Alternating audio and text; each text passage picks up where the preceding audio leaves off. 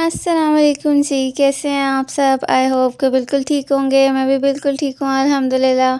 तो आज हमारे किचन में बन रही है इमली की चटनी और इमली की चटनी बनाने के लिए जो है वो मैंने इमली और साथ में खजूर डाल दी है उसके अंदर, किसके अंदर? देगचे के अंदर। तो डाल के और उसके अंदर फिर पानी डाल रहे हैं। पानी डाल के तो है वो फिर उसके बाद हमने इसको रख देना है चूल्हे पे पकने के लिए।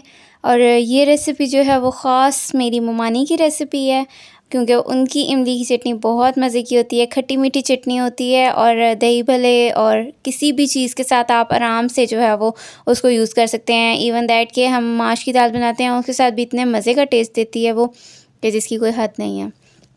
तो बस इसके बाद जो है वो थोड़ी सी देर उसको पका के और फिर हमने बीच में डाल देना है नमक मिर्च। नमक मिर्च डालने के बाद भी उसको थोड़ी सी देर पकाते रहना है, पकाते रहना है, पकाते रहना है। और फिर उसके बाद हम इसके अंदर डालेंगे चीनी। चीनी डाल के, क्योंकि ये खट्टी मीठी चटनी है तो इसमें चीनी भी जाएगी, नमक मिर्च भी जाएगा और खजूर वगैरह भी खुद ब खुद एक मिठास डाल देगी बीच में। तो इसके बाद हम डालेंगे चीनी और चीनी डाल के थोड़ी सी देर पका के फिर उसके बाद हमने इसकी कर लेनी है गुठलियाँ अलग, क्योंकि गुठलियाँ अच्छे तरीके से साफ़ करनी है, वो बहुत ज़्यादा प्रॉब्लम करती हैं। एक तो उसको साफ़ करना बहुत मुश्किल काम होता है, ये सबसे ज़्यादा जो है ना वो क्रिटिकल पॉइंट होता है इसका, इमली की चटनी का। बस फिर गुठलियाँ निकाल लेने के बाद और हाँ, गुठलियाँ हमेशा ग्लव्स पहन के निकालनी है, क्योंकि वो आपकी जो मिर्च होती है ना हाथ पे फिर लगने लग जाती है और सेंसिटिव हो जाते हैं हाथ। तो बस गुठलियाँ अच्छे तरीके से निकाल के और फिर उसके बाद हम इसको कर लेंगे ग्राइंड, और ग्राइंड बहुत खूब सारा ग्राइंड करना है ताकि वो एक मज़ेदार सी कंसिस्टेंसी बन जाए।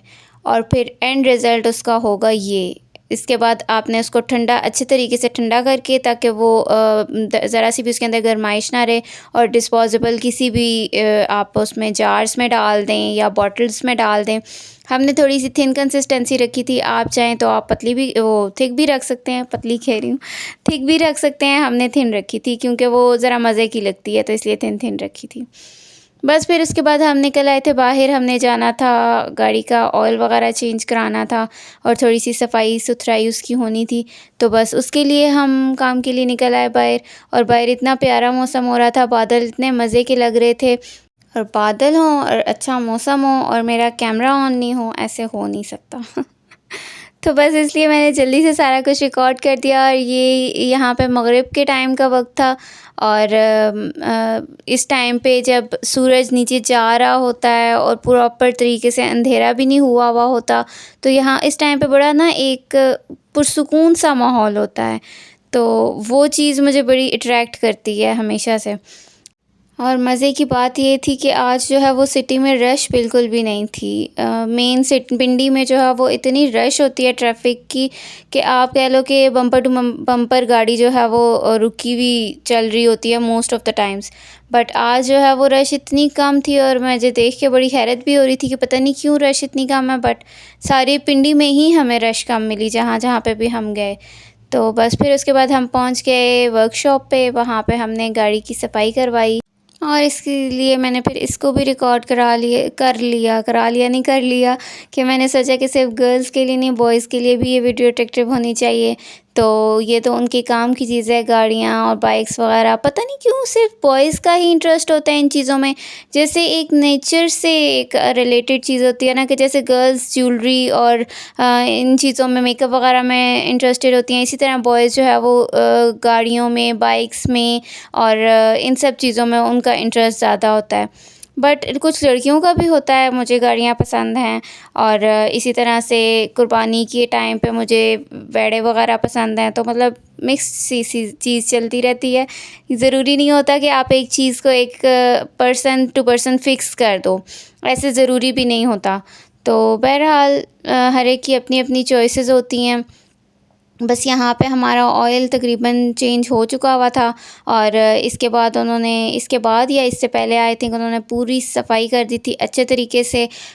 हर एक को अपना काम एक्चुअली पता होना ज़रूरी होता है, कि कभी आप, ज़रूरी नहीं है कि आपके सर पे कोई खड़ा हुआ हो तो ही अच्छे से काम करो। अपनी ड्यूटी को अच्छे तरीके से फुलफ़िल करना बहुत ज़रूरी होता है। अदरवाइज़ जो है वो फिर हम जैसे लड़कियाँ हैं, हमें नहीं पता कि क्या चीज़ साफ़ करनी है, क्या चीज़ नहीं करनी, लेकिन जिसका काम है उसको चाहिए कि वो अपना काम अच्छे तरीके से कंप्लीट करें। खैर, फिर उसके बाद हम आ गए थे ज़मज़म बेकर्स, क्योंकि यहाँ की के दही भल्ले बहुत अच्छे होते हैं, मुझे तो बहुत पसंद हैं और इनका टेस्ट बहुत मज़े का होता है। तो बस हम यहाँ पे आ गए थे, हमने लिए दही भल्ले क्योंकि भूख बहुत ज़्यादा लग रही थी, बिल्कुल खाली हुआ था पेट। तो बस फिर हमने यहाँ से लिए और डिस्पोजेबल पैकिंग में ये देते हैं। रास्ते में गाड़ी में ही आप खा लो आराम से, कोई प्रॉब्लम नहीं होती। और इनका बाउल इतना बड़ा फुल सा होता है, वो मैं रिकॉर्ड करना भूल गई थी कि आपको दिखाती कि इनका बाउल बहुत मज़े का होता है, आराम से आप फुल हो जाते हो। अच्छा, यहाँ पे मैं खड़ी हुई थी तो एक चीज़ मेरे ऑब्ज़र्वेशन में आई, तो मैंने सोचा कि आपके साथ भी शेयर करूँ कि एक लेडी ना यहाँ पे आई ऑर्डर करने के लिए ना, चाट या दही भल्ले जो भी कह लें आप। तो वो आई, फिर उसके बाद वो उनके साथ उनके हस्बैंड और बच्चे भी थे, तो वो कह के और चली गईं। बट फिर उसके बाद उनके हस्बैंड आए और उन्होंने आके सारा डीलिंग वगैरह की एंड ऑल। तो कहने का मतलब ये है कि लेडीज़ को भी इतना ज़्यादा होना चाहिए कि थोड़ा बहुत आपको हर चीज़ की समझ होनी चाहिए कि किस तरह से डीलिंग करनी है, अंदर बाहर का आपको पता होना चाहिए। ज़रूरी नहीं है, ठीक है लेडीज़ का काम घर के अंदर ही रहना ही होता है, बट ज़रूरी नहीं है कि आप हर टाइम घर के अंदर भी रहो। अल्लाह के कामों का कुछ पता नहीं होता, कभी भी किसी भी टाइम पे भी आपको बाहर निकलने की ज़रूरत पड़ सकती है। इसी से मुझे एक और याद आ गई ये बात कि हमारे नेबर्स हुआ करते थे, पहले हम जहाँ रहते थे हमारे नेबर्स हुआ करते थे, वो बिल्कुल घर में रहती होती थी, हाउसवाइफ थी वो, बिल्कुल बाहर वो जाती ही नहीं थी। तो क्या हुआ कि उनके 2 बच्चे हैं माशाल्लाह से, और क्या हुआ कि उनके हस्बैंड का प्लेन क्रैश में डेथ हो गई। और उसके बाद अब जो है वो, जब उनके हस्बैंड की डेथ हो गई है तो अब जो है वो उनको सारे काम खुद ही करने पड़ते हैं घर से बाहर निकल के। इवन दैट कि पहले वो गाड़ी को पोर्च से निकाल के बाहर भी नहीं करती थी, और अब जो है वो उनको खुद बच्चों को पिक एंड ड्रॉप देना और ग्रोसरीज एंड ऑल सब कुछ वो खुद करती हैं अब। और इवन दैट कि वो जॉब भी अब करती हैं। तो मतलब एकदम से आपके ऊपर जो बर्डन आ जाए, क्योंकि अल्लाह के कामों का कुछ पता नहीं होता, कब क्या हो जाए आपके साथ और कभी भी ज़रूरत पड़ सकती है, और सारा बर्डन हम जो है वो जेंट्स पे भी नहीं डाल सकते हैं। तो इस वजह से हमें भी थोड़ी सी अपनी रिस्पॉन्सिबिलिटीज़ को लेना चाहिए कि कुछ काम उनके हम कर लें, कुछ वो हमारे काम कर लें, तो दोनों मतलब कपल हस्बैंड वाइफ जो है वो अच्छे से फिर वो उनकी लाइफ सेटल्ड गुजरती है। खैर कोई नहीं, बातों बातों में पता ही नहीं चला और हमारा घर भी आने वाला है। तो चलें जी, यहाँ पे वीडियो को एंड करते हैं। आप अपना ख्याल रखिएगा, मुझे दुआ में याद रखिएगा। अल्लाह हाफ़िज़।